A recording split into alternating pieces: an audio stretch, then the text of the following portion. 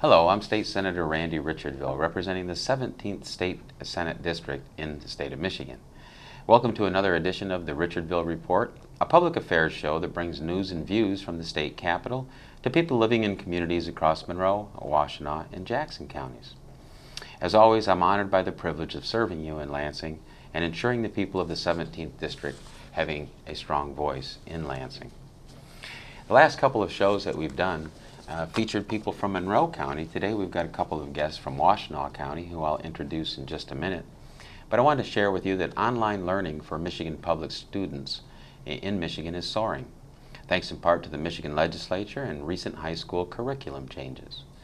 The legislature voted recently to make Michigan the first state in the nation to require that students have online learning experiences in order to graduate, beginning with the class of 2011. We're already seeing more students get hands-on computer experience as a result. Only 2 years ago, about 300 students were enrolled in K-12 online learning classes in Washtenaw, Jackson, and Monroe counties. And today, more than 600 students are taking online classes through Michigan Virtual School. The Michigan Virtual School is one of the largest statewide virtual schools in the United States. In today's show, we're going to learn a little bit about the outstanding contributions that MVS is making to educate students in our community. And now to introduce my guests. First we have Robert Currie, the Executive Director at Michigan Virtual University. Welcome, Robert. It's nice to see you today. Senator. And Michigan Virtual University is the nonprofit corporation that runs the Michigan Virtual School. I'm also joined by Naomi Norman, the Director of Assessment, Planning, and Research for the Washtenaw Intermediate School District. Welcome as well, Naomi. It's nice to have you. Thank you both for being here and welcome to the show. I've got some questions. I'm going to go through them now and kind of rotate which questions we ask, and if you would just share with the audience what your thoughts are.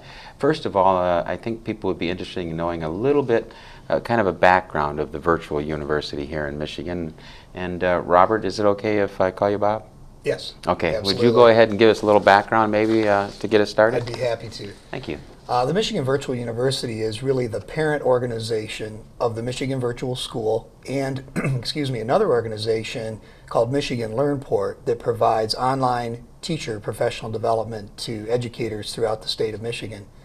MVU was born in the late 90s, and then the Michigan Virtual School was created in 2000 by the legislature. And basically our charge is to provide courses to students throughout the state, both middle and high school, and to provide opportunities to teachers to gain professional development experience without, in many cases, at no cost to the teacher or the school district.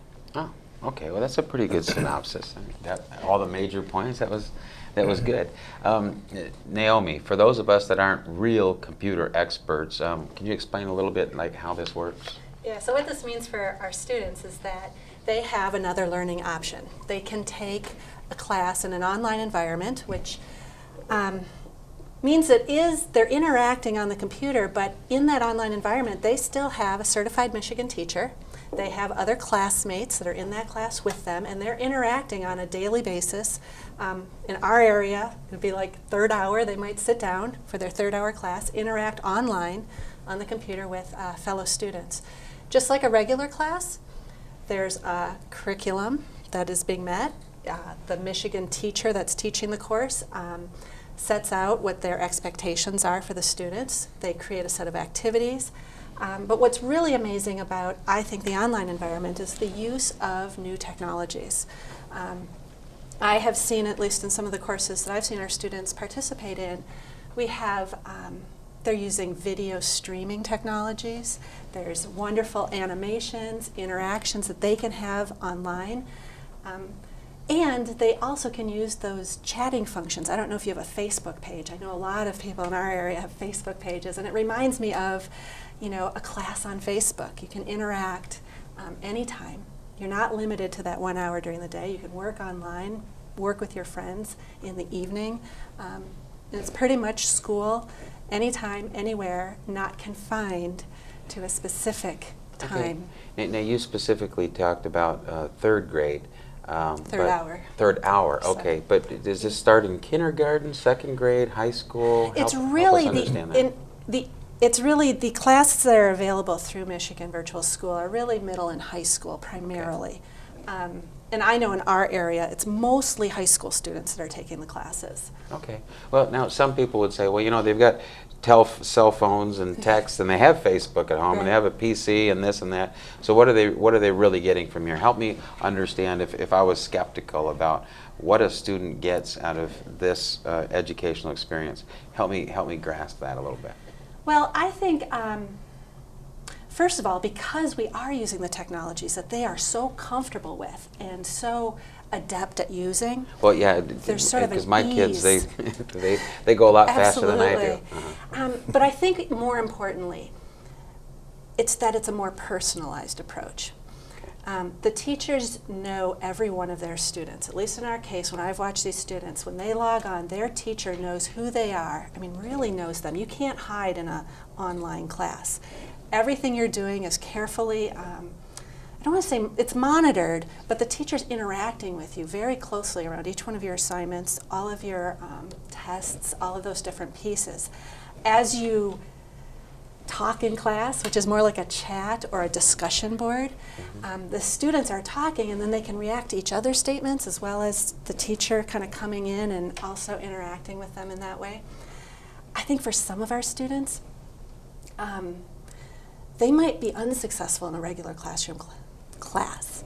And then in the online environment, they can find a place that really fits for them.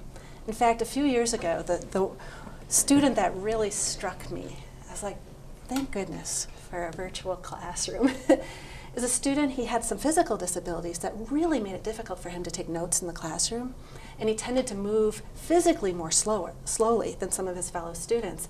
And he ended up always needing to take a little more time, and in a regular classroom environment, that became really difficult for him, although he could do it.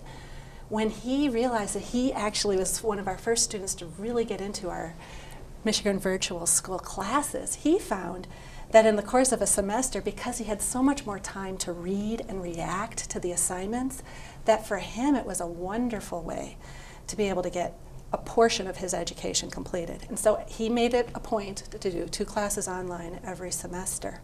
Oh. And then also could pick up classes that he had missed in the summer if he struggled through a class. Okay. So I think it's a really great way for some of our students. They fit some students better than other students. It is. It's an option. But it's still an option, option, I think that's right? the way I like to think about it. It's a learning option. Okay, well that helps me a little bit. Now, Bob, Michigan, from what I understand, ranks nationally quite well compared to other states. Yes. I don't know who's doing the comparisons or what they're comparing, but could you maybe shed a little light on that? Sure. I believe the rating or ranking that you're referring to, Senator, it was done by the Center for Digital Education, and they took a look at all 50 states with regard to technology practices and policy. And so Michigan, with the online learning requirement, is a leader on the policy side, as just to give you an example of that. And then Michigan Virtual School is one of the larger virtual schools in the country. We'll serve over 17,000 student enrollments this year, and we offer 140 courses in our course catalog.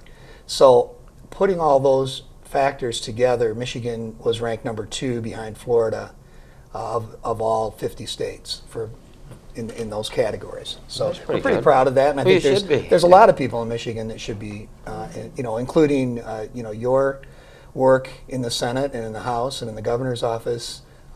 Over the years, we've been around now for almost 10 years. Mm-hmm. So, yeah, I remember when we addressed this back in 2000, when I was in the House of Representatives and only in Monroe County at that point. But it's kind of fun because all the work that you do in the legislature, sometimes you don't get to see the fruits of your labor until many years later. And in this case, we watched it ramp up even to, being second in the country. And who knows, maybe we're really first. We're working on it. We're working on it, sure. Now, as far as money goes, how are students, how is the district providing for money for students to have the opportunity for these technologies?